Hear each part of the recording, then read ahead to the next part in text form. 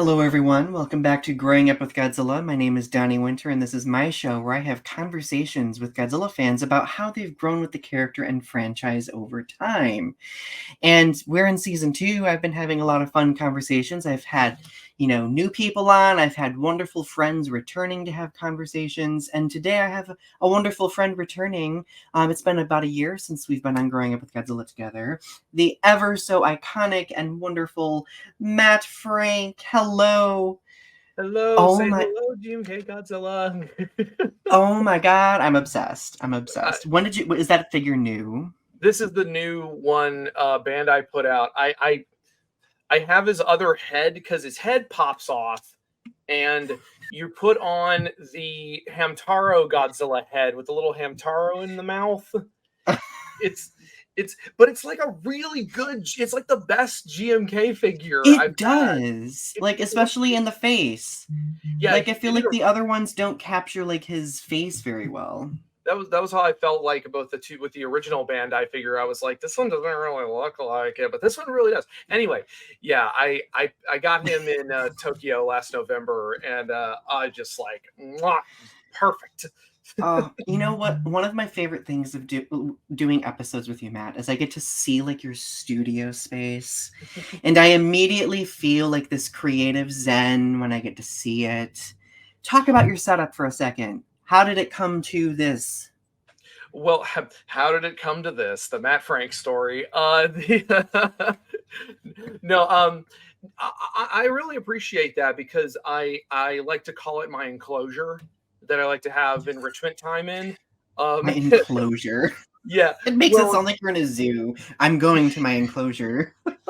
it's it's like it is a little bit like an enclosure, I guess you could say, or like a lair, which we all try to have our Godzilla lairs. um Absolutely. yeah.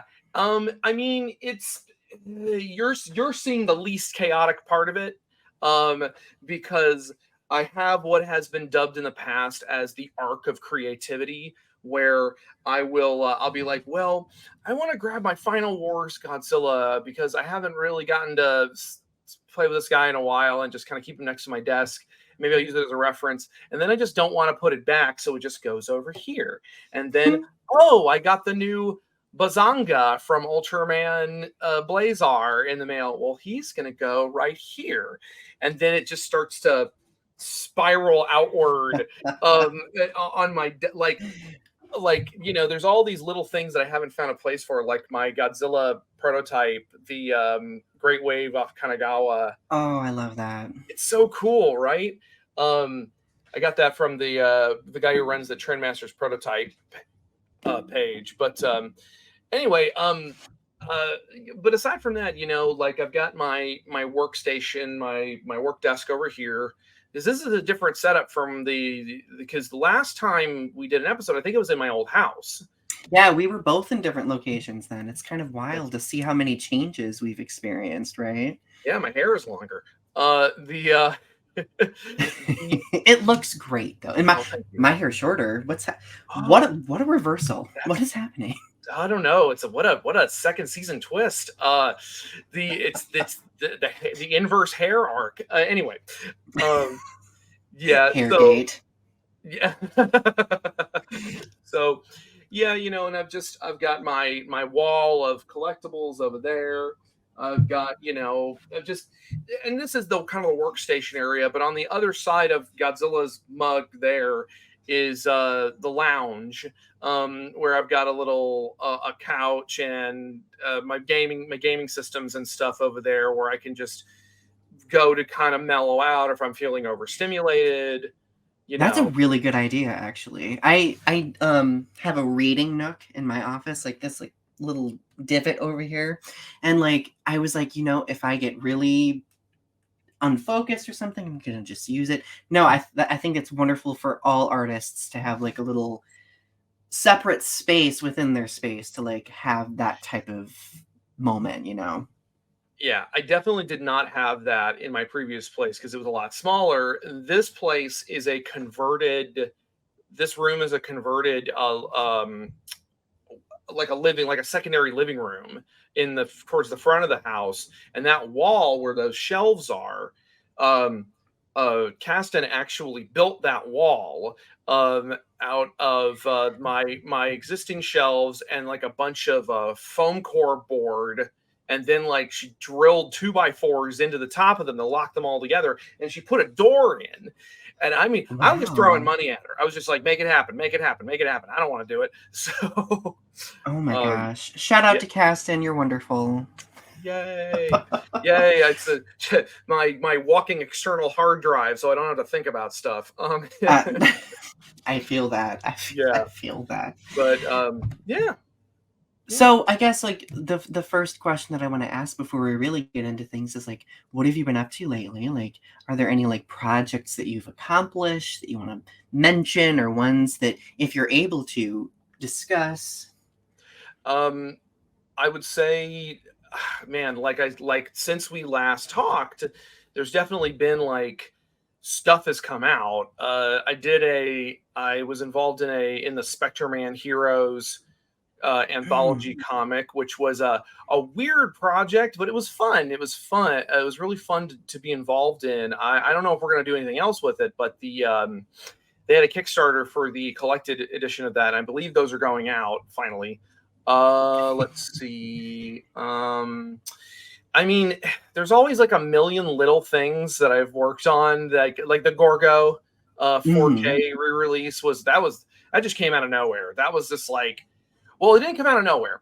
But because I was involved with Titanic Creations on their Gorgo action figure, doing the box design and stuff, then they were like, well, we have contact with the licensors, with the people who own the license, and so I got in touch with Arrow Video and asked them like, hey, we should do a Gorgo release.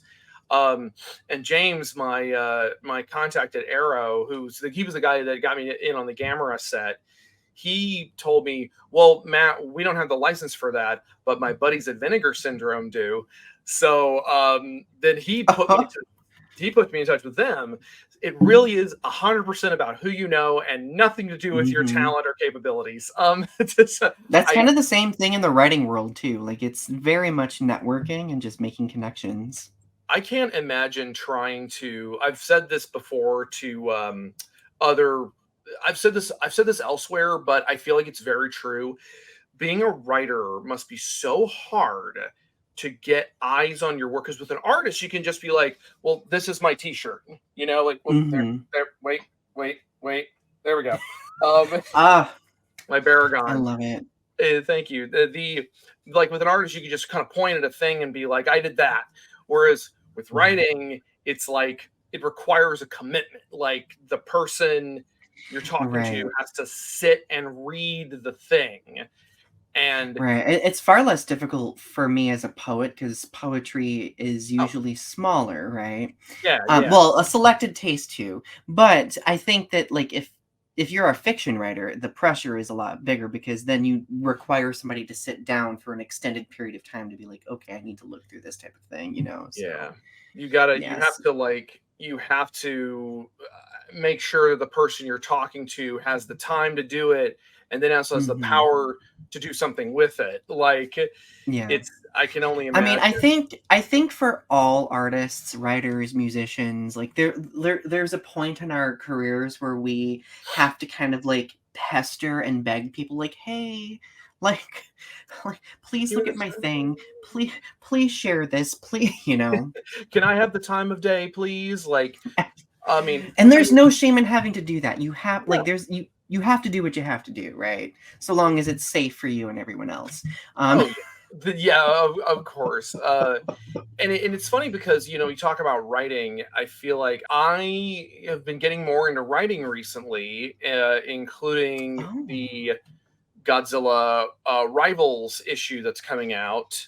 I'm not Oh. sure when this episode is going to drop, but In it, about a week. okay, well, Ish or two.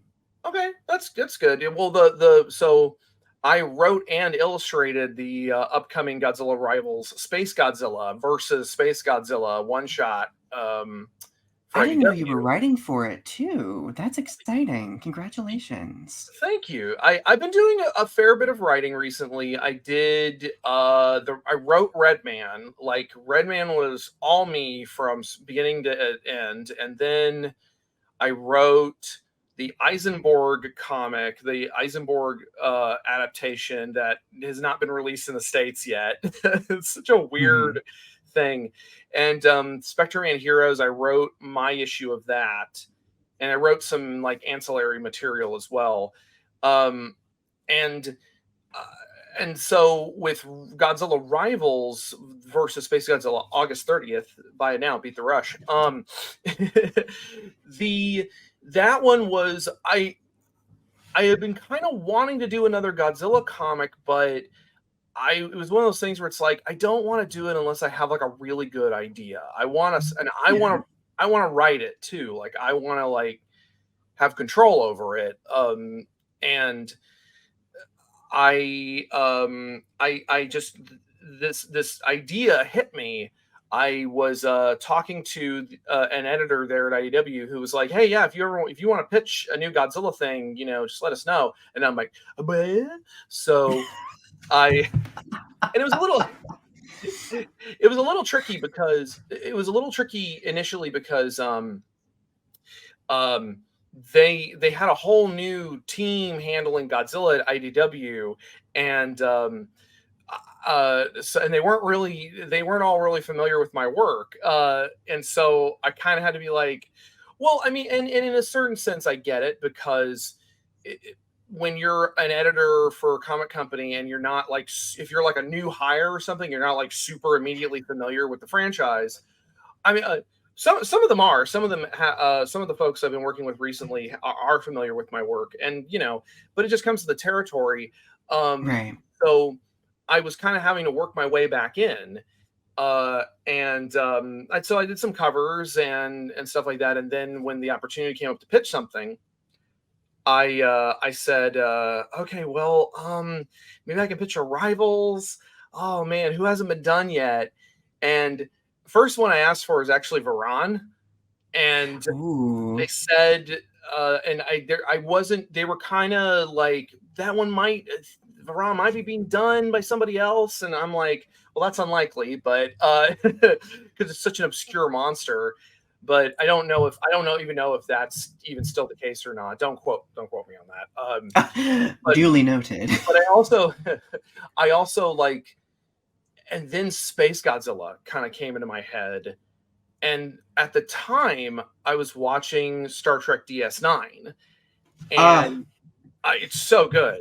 I love it so I much. It was my first time going through it, and I'd seen like bits and pieces, but uh and just this idea of like Space Godzilla, um alien planet kicks off a holy war because and the this and just the dynamics between like the Cardassians and the Bajorans was so interesting. Mm. And I thought, well, what if I take a little inspiration and like kind of tweak that a little and like Ooh, I'm obsessed. That sounds really I like that juxtaposition, like, with space but with Space Godzilla. yeah. Mm. I mean, I a friend of mine actually took a look at the script, and he said something. He said that it was really cool. It was called it like an experiment in perspective because Mhm. it's like it's so different and yet it's so familiar. It just anyway. So that I got that idea of like if you're gonna do Space Godzilla, do it on an alien planet. Like do because it's something I've been wanting to do for a while. Like I remembered uh, almost pitching a mini series back in like 2013, 2014 or something, about Godzilla going to like alien planets and stuff. And it just it didn't go anywhere. But just this idea, like they've only scratched the surface of with Godzilla with Monster Zero. Like Yeah. he goes to Planet X for like 2.5 minutes, and but anyway, so that was the crux of it, and writing it was a very interesting challenge as well because, well, I don't want to give too much away, but Matt Matt couldn't just leave well enough alone. I had to get weird and artsy fartsy with it. like I did, I always want to try to push. I don't want to sit on my laurels when it comes Mhm. to building a story. I want to try something new, or I want to try a different angle that maybe people haven't tried before. So I hope it's not so weird that people bounce off of it. I guess we'll see. I'm sure. Well, and I think as creators, like, we always strive to, like, push beyond our boundaries of comfort, and I think that You know, sometimes, like, if we challenge ourselves to grow in that way, like, that's always refreshing too. It's gonna be phenomenal regardless, but you know what I well, mean. no, I appreciate that, but I think I think it was Dan Harmon who had an interesting quote. He said when he makes when you make a thing creatively, you shouldn't be surprised that people like it, because if you like it and you want to see it out in the world, chances are that people are going to like it. The surprise comes to the number of people who like it, the number of people who Right. think like you do and are like, oh, this, I like this. So Yeah. yeah, it's just, and it's also just really nice to be back in the Godzilla world and just kind of playing in this universe. But ironically, I'm in a part of the galaxy where there are no other Toho monsters. Like, no other Toho monsters have been in this part of the galaxy. That's not to say they don't have monsters, but you know. Okay, okay. So, speaking of the Godzilla world, though, like, I Yes. would argue that right now, one some might eviscerate me for saying this, but I feel like we're living in, like, another Godzilla golden age, or we're at least on the precipice of one potentially, because, like, we're getting another MonsterVerse film, we're about to get Mhm. another Godzilla -1, like, there's, like, various shows and stuff like that. Oh yeah. Like, I guess as a fan, like, we've existed on the internet for a long, long time. We've gotten to Mhm. see the ebbs and flows of new films and stuff like that. Mhm. As a fan, what has changed for you in your fanship of Godzilla over the years? Like, any perspectives, impressions, etc.? That's a really interesting question because, like, as I got older, it was funny because people kept. There were people who, I'm just gonna move this because it's covering my face. I feel like people, when I would get interviewed early on working on the Godzilla franchise, people would ask me about, like, well, what's your relationship? How's your relationship changed? And there sometimes people are surprised that I say I become more of a fan, but in a different direction. I think it's less of like rabid fanness and more of an appreciation for Mm, the creative process, and that mirrors my personal journey as an artist. yeah, Um, I actually think Norman England's Behind the Kaiju Curtain book is, it should, along with like the Ishiro Honda biography, those are like required reading absolutely. if you really give a damn about this stuff, because Honda's biography is just like fascinating, and like you really get a sense of the man and get a sense of like who he was. uh Hmm. and what with Behind the Kaiju Curtain, it really is like it is a journal of the creation of, well, I mean, my favorite Godzilla movie. And you also get to appreciate the energy on set and like what it requires to make this stuff. And Yeah. in a way, it's pushed me away from this kind of online fan fervor. Not to say that Hmm. like hashtag not all fans, but the but there are these perspectives, especially nowadays online, where people feel like just because you like a thing means that you know how it's made, and Right. I mean, by all means have your opinion, uh Yeah, yeah. but to talk like you know what you're talking about, I think is the other. Well, I Yeah. think this is a great point that you're making. I think it kind of begs the question of, like, how do we engage with the media that we love, right? Mhm. And I think that there's just a lot of engagement that's just very surface level, right? Whereas, like, I think once you start doing the deep diving and like the deep reading of, like, the different media connected to the what we love, like, that just Mhm. deepens our respect, I think, not only for the history but also the context and the processes and people that are involved in order to make these things a reality, right? Mhm. So, and I think that similar to what you said earlier, like, as a writer, like, I've developed like a stronger appreciation and respect for the franchise in of itself beyond just like the, oh, great battle, like, Mhm. like, beyond just that type of thing. And mind you, of course, there is nothing wrong with anybody if that's how far they want to delve in. That's totally okay, because I don't think everybody should want to be the annoying obsessive over analyzer that I am, but hey. Well, I think it also comes down to how healthy your interaction is. Oh Like, yeah. I think that the people who do want to really just kind of consume and then move on, prima facie, there's nothing really wrong with that.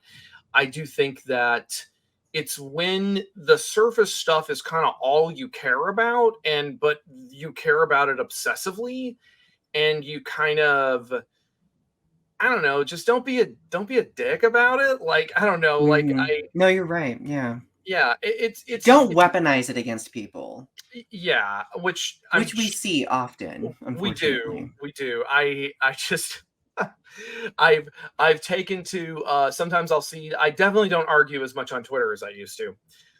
Sorry, X. Um, I was gonna say I I was gonna say I still argue from time to time, but well, tastefully so.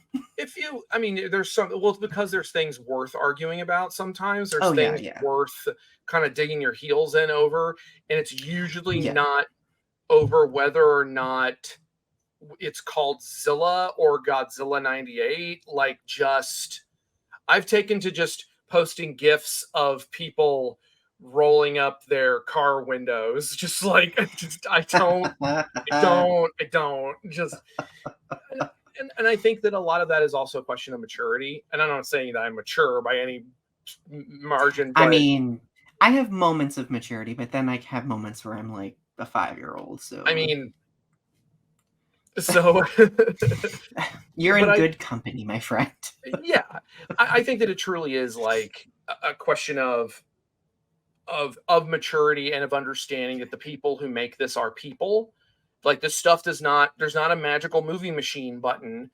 This stuff goes through a lot of hands, and a lot of people who, they're not wanting to do a bad job, but sometimes they don't have enough time or budget, or maybe creatively they're not feeling it. So maybe the movie didn't meet your expectations. And the healthy Hmm. way to interact with that is to maybe just move on. It's like, oh, I didn't like this thing. Okay, then move on. And you can voice your disapproval if you want, but, like, again, I don't know.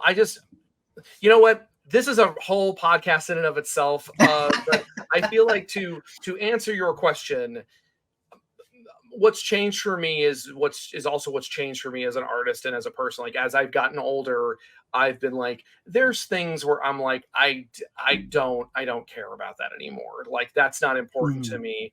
I want to know about the people who make it, and I want to see, like, and I want to see, like, creative and cool stuff that's different and unique, Right. or something I haven't seen before. So, Yeah. No, I kind of feel the same way. I part of the experience for me as I've grown and changed as a writer is what am I doing as a writer that engages with the media that I love, right? I mean, a mhm, long time ago, I used to write a lot of fan fiction. And now, like, now that I am published and I write poetry regularly, like, I want to, like, look at the media and be like, okay, what commentaries are we getting from the media that can be whittled down into discussing the human experience in general. So mhm. I you may have seen this, I don't know, but I a series of poems that I have recently gotten published by Kaiju United and Kaiju Ramen magazine. Yeah, I think I About yeah, the yeah, they're it's about the doctors from like the mad scientists from the Godzilla franchise. And we don't really look at like the humanity and the characters. So like my fixation lately has been like how can I write about these humans that are often overlooked in kaiju films that sure. really kind of like provide the heart of the actual narrative, right? So I guess that's where my focus has been, like as I've grown as a fan. So I feel like that's a really interesting point, and I'm sure we'll probably circle back around to this. But this idea that also is a big factor is like the human element, because we are drawn to this stuff when we're younger by the monsters, and yeah. the filmmakers are also very aware of that fact. And so sometimes the human characters are a bit undercooked in Godzilla movies, and that's sometimes just a conceit of, again, not a lot of time, not a lot of budget. They just want to see the monsters anyway. And as I think we have our hyperfixation on this franchise when we're younger, and as we get older, we as viewers and as creatives want to engage with it on a more mature level, and that means human connection, which means Mm, we're going to find or make those human connections ourselves, even if it's kind of a very surface level character. Like Godzilla versus Gigan is a movie that I have a hard time sitting through because mhm, I find it to be kind of boring. But mhm, those characters, it's such a colorful cast, and mhm. I want more of them, but not this movie. Like, Oh, you no, I totally yeah. get that. I feel that way with actually a lot of the '70s films Mm. themselves. Oh, yeah. Because I feel that way about, like, Godzilla versus Magellan as well, Mm. why are these 2 dudes, one a scientist, the other I can't remember his career or anything It's like like a that, but, race like car driver or something. yeah, like my okay, so my headcanon is that they are actually the first LGBTQ plus representation in the Godzilla Mhm. franchise because they're raising like this kid.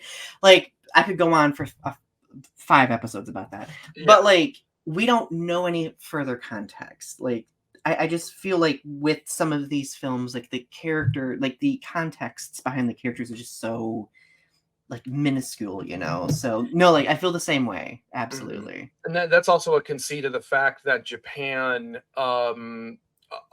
overall, and of course, I don't want to generalize, but I don't think it's controversial that Japan is a very conservative society as far as interpersonal relationships go, especially in Mhm. their media.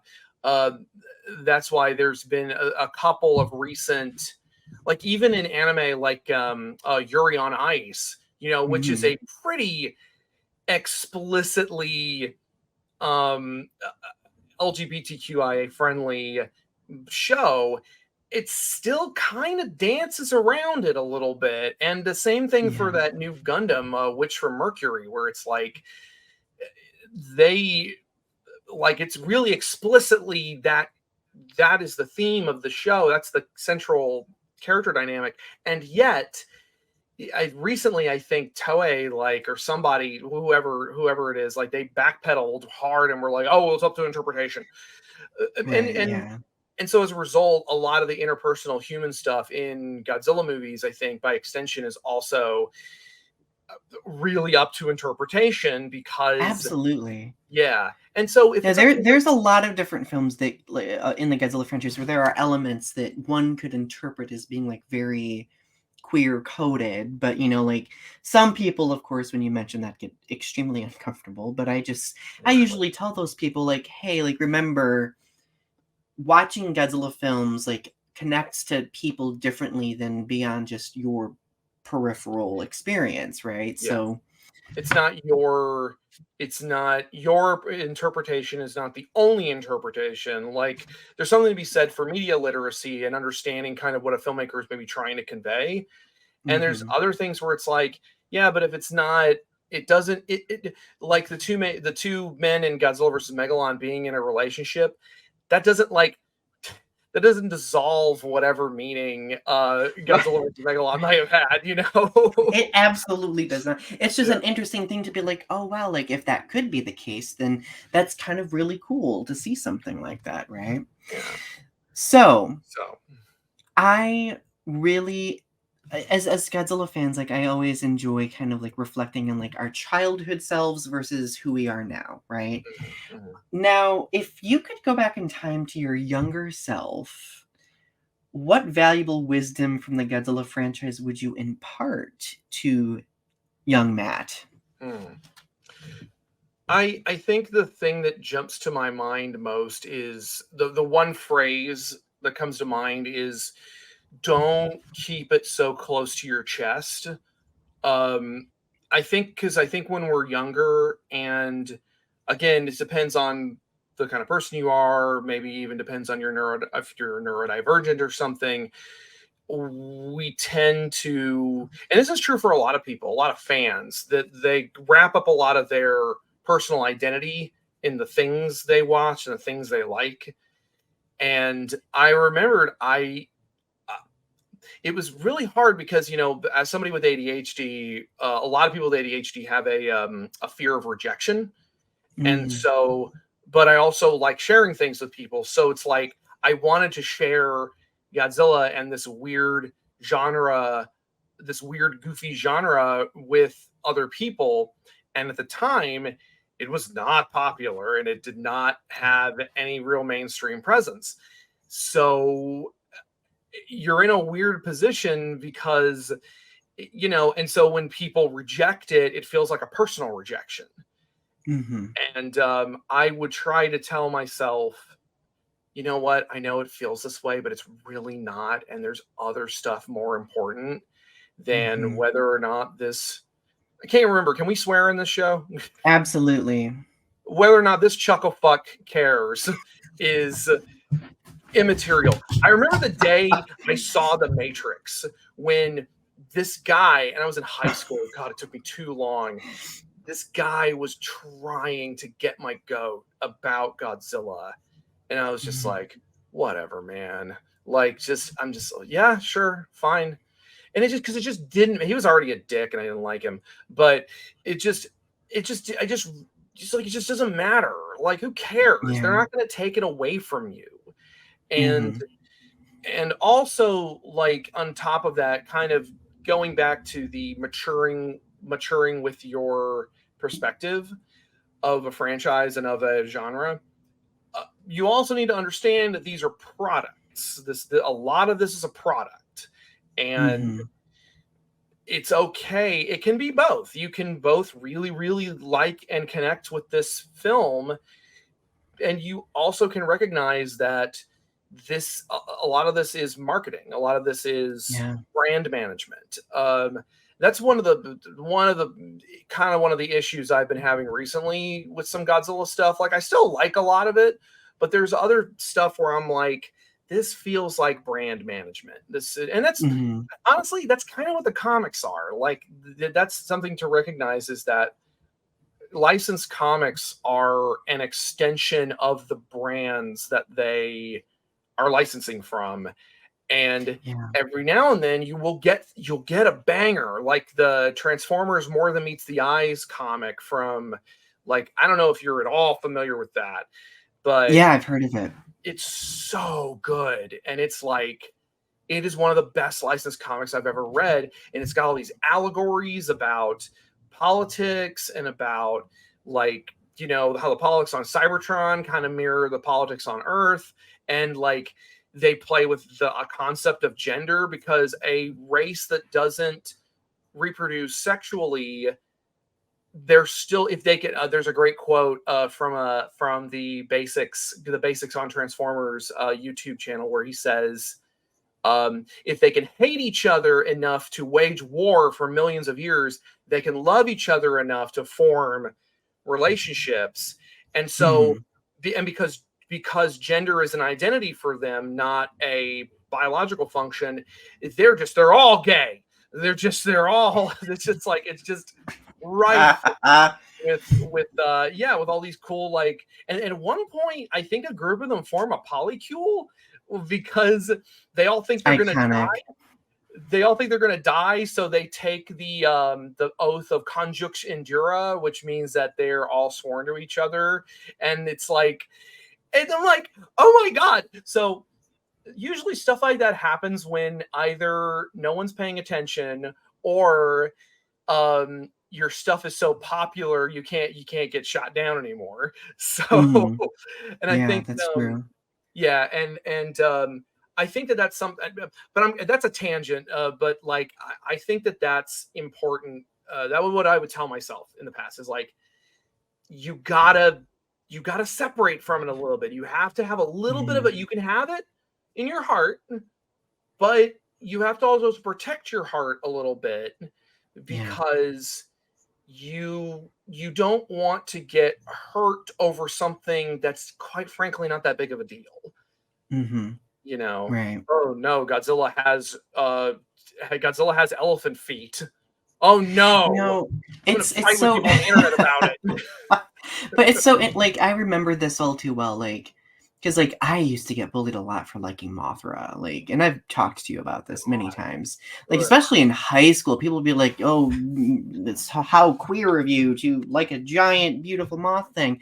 And, of course, at the time, like, I think it's because I felt like such an emotional an investment in this creature, like, it kind of felt like an extension of, like, myself, right? Yeah, And I think that's probably how, in a way, you felt too when you had people, like, bullying and harassing you for being a Godzilla fan. But yeah. if there's anything interesting that I wanna illustrate from what we just discussed, over the course of 2 seasons of this show so far, one big thing that Godzilla fans bond over is how isolated they were at one point in Mm, time. yeah. And the truth is, I think that we spend our youths wanting to have like a group of people to like celebrate the things that we love with us. Mm, But we don't realize that as we grow, we will find those spaces and those groups, right? So yeah. I would go back in time and tell my past self, like, hey, it sucks that nobody likes what you love and that they think that you're dumb for liking it, but you will find your people. Just give it some time, kind of a thing. Yeah, and it's hard when you're younger because that same old like, well, uh it's like, well, oh man, I really want a partner. I really want a girlfriend or a boyfriend or a partner. When is it going to happen? Oh my god, I'm going to be alone forever. And it's like, Jimothy, you're 14. Like, It's like, and calm down. yeah. And I guess when I say like with the whole thing with like don't keep it close to your chest, I guess I feel like I should rephrase that a little bit because I feel like people could interpret that as don't care. And Well, like no, I think it made perfect sense to me. Like you can still care about something, but not allow it to cataclysmically destroy you if I something feel like goes that's a awry. yeah, that's a good point. And sometimes though that only comes with maturity and age. It Mhm. only comes with the only reason I'm able to separate myself a little and be like, because nowadays somebody will like try to give me shit about Godzilla, and I'm like, who are you? What is you? I don't even know your name. Right, right. You sound insufferable to be around. I feel sorry for anyone that has to deal with you on a daily basis. Just Oh, that yeah, yeah. that goes for a lot of other kinds of people too. Uh, 1000%. I will say I can only imagine like the added frustrations of being a young gay person who's also like super into Mothra. That is a see. I had the advantage of passing for straight as and being just this weird kid who liked Godzilla, and then eventually I found anime fans. If you add in like those factors, I guess I'm saying is like that sounds like it really sucked, and I'm sorry you had to deal with that. I mean, I got through fan fiction saved my life, There but you I got go. through it. But I got through it, like, and I Yeah. think that Oh yeah. if there is anything that I would also tell like our past selves, like you will get through it, Yeah. you know. It doesn't feel like it because like when we're young, when we're angsty, when, the slightest inconvenience feels like the earth is shattering, like sometimes we have this tendency of dooming and glooming. Not Mhm. gonna lie, I still sometimes get that way, but Oh, now sure. I have tools and tricks from therapy to help get me through. You have coping mechanisms, which is Exactly. called buying Godzilla toys. I'm just kidding. Right. Like, write a journal entry, buy a Godzilla toy. Like, Yeah, Zen. exactly. P.S. I am Everybody, not a therapist. Do not take my advice, I was gonna everybody. say, yeah, get therapy from therapists. Right. Not from us.